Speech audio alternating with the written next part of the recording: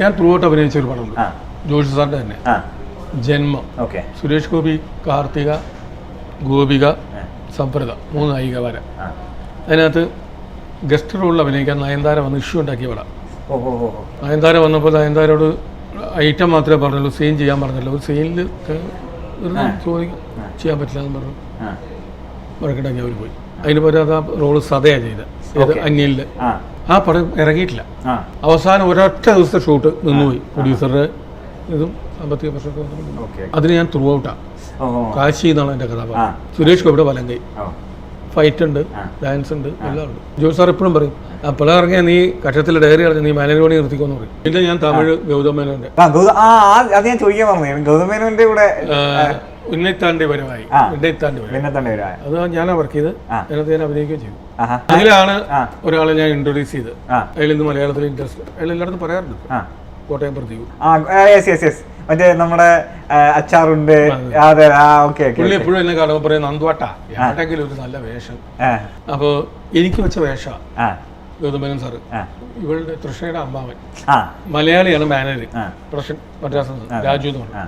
Sir ഇവർ നടിക്കും. ഞാൻ പറഞ്ഞു അപ്പോൾ പുള്ളിയോട് ഞാൻ കണ്ടിട്ടുണ്ട്, ടി വിയിലൊക്കെ കണ്ടിട്ടുണ്ട്, നന്ദുവിനെ കണ്ടിട്ടുണ്ട്. അപ്പോൾ നന്ദു ചെയ്തോളൂ അമ്മാവൻ്റെ വേഷം. പിറ്റേ ദിവസം രാവിലെ ആലപ്പുഴ ആ പള്ളിയിലെ ഷൂട്ട്. സാർ എൻ്റെ അടുത്ത് Nandu is good actor, I know very well, but എൻ്റെ മനസ്സിൽ പഴയ ശങ്കരാടി ചേട്ടനാണ്.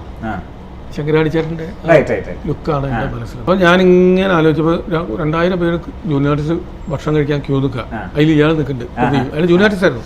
പ്രദീപ് എപ്പോഴും എൻ്റെ അടുത്ത് വന്നു അന്തോട്ടാ തെങ്കിലും എല്ലാ പടത്തിലും നമ്മുടെ പടത്തിലൊക്കെ ജൂനിയർ ആർട്ടിസ്റ്റ് വരും. അപ്പം ഞാൻ പറഞ്ഞു സാർ ആ നിൽക്കുന്ന ആൾ മതിയെന്നു. അത് ലുക്ക് കറക്റ്റാണ്, അഭിനയിക്കുന്നതെന്ന് തോന്നുന്നു. സാറേ പറയാമെന്ന് പറയും, നമുക്കൊന്ന് പരീക്ഷിച്ചു നോക്കാം. ഇപ്പോൾ സുബ്രഹ്മണ്യം ആരെ പുള്ളിയുടെ അസോസിയേറ്റിനെ വിളിച്ച് അവർക്ക് അങ്ങനെ പോയിട്ട് കൊഞ്ചം ഡയലോഗ് കൊടുക്കുന്നു. ഞാൻ പ്രദീപിനെ വിളിച്ചു ഡയലോഗ്. പ്രദീപ് ഡയലോഗ് പറഞ്ഞ പുള്ളിക്ക് ഇഷ്ടപ്പെട്ടു. അയാളുടെ തെലുങ്കിലും മലയാളത്തിലും ഹിന്ദിയിലൊക്കെ പുള്ളി തന്നെ. അതാണ് അവിടുന്ന് പ്രദീപിന്റെ ബ്രേക്ക്.